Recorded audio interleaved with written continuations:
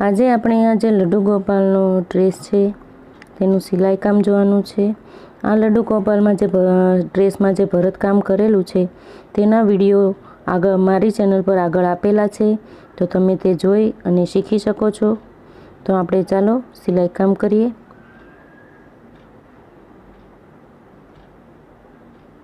આ રીતે તમારે ગોળ કટિંગ કરી કેનવાસ મૂકી અને સિલાઈ કરવાની છે।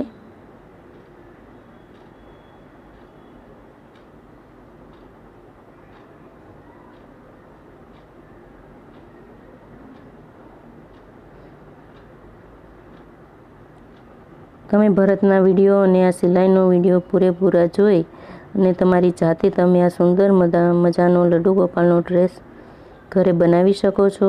તે ખૂબ જ બનાવવો ખૂબ સહેલો છે અને સહેલાઈથી બની પણ જશે અને તમારે માર્કેટ પ્રાઇસ કરતાં સસ્તું પણ બને છે।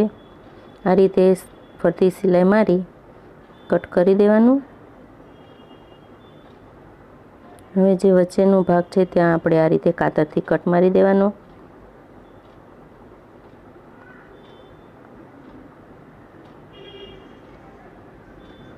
વચ્ચેનો જે રાઉન્ડ શેપ છે તે પણ કાતરથી કટ કરી લેવાનો।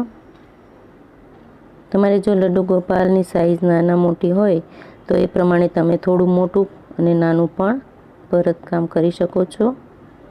કટિંગ પ્રમાણે પણ તમે જોઈ શકો છો। હવે આ રીતની એક લેસ લેવાની અને એને આપણે આ રીતે ફરતી મૂકવાની છે।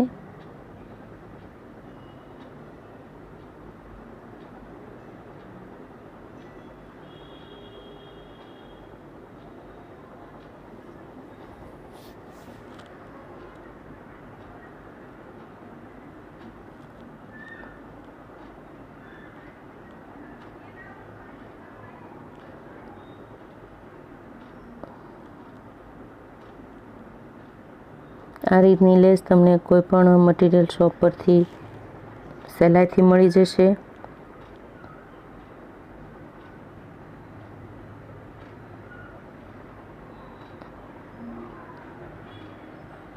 આ રીતે આપણે જે રીતે કટ મારેલું છે એ બધા જ શેપ પર સિલાઈ મારી અને લેસ મૂકી દેવાની।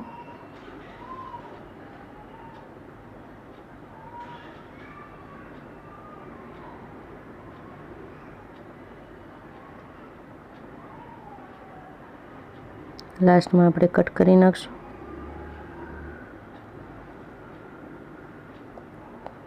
તો આ રીતે આપણો સિલાઈ કમ્પ્લીટ થઈ ગઈ। એટલામાં તમે જોઈ શકો છો વ્યવસ્થિત થઈ ગયું છે। હવે આપણે ઉપર ચોલી બનાવવા માટે આ રીતનું લેસ કે કાપડ લઈ શકાય। 8 ઇંચનું કાપી અને પહેલાં 2 ટુકડા કરી લેવાના। હવે અડધે સુધી બંને લેસની જોઈન્ટ કરી લેવાની।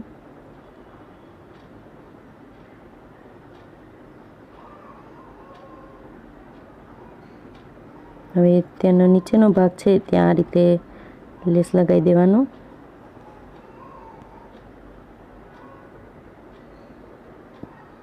તો આ રીતે સહેલાઈથી આપણી લડ્ડુ ગોપાલની ચોલી પણ તૈયાર થઈ જશે। તો તૈયાર છે આપણો સુંદર મજાનો લડ્ડુ ગોપાલનો ડ્રેસ, જે તમે સહેલાઈથી ઘરે બનાવી શકો છો। આ પૂરેપૂરા ડ્રેસની માહિતી મારી ચેનલ પર છે। એનું વર્ક કઈ રીતે કરવું તેના પણ 2 પાર્ટમાં વિડીયો મૂકેલા છે। સિલાઈ કામ પણ બતાવેલું છે। તો તમે સહેલાઈથી આ ડ્રેસ ઘરે બનાવી શકો છો। જો તમને મારો વિડીયો પસંદ આવે તો લાઈક કરો, શેર કરો અને મારી ચેનલને સબસ્ક્રાઈબ કરો।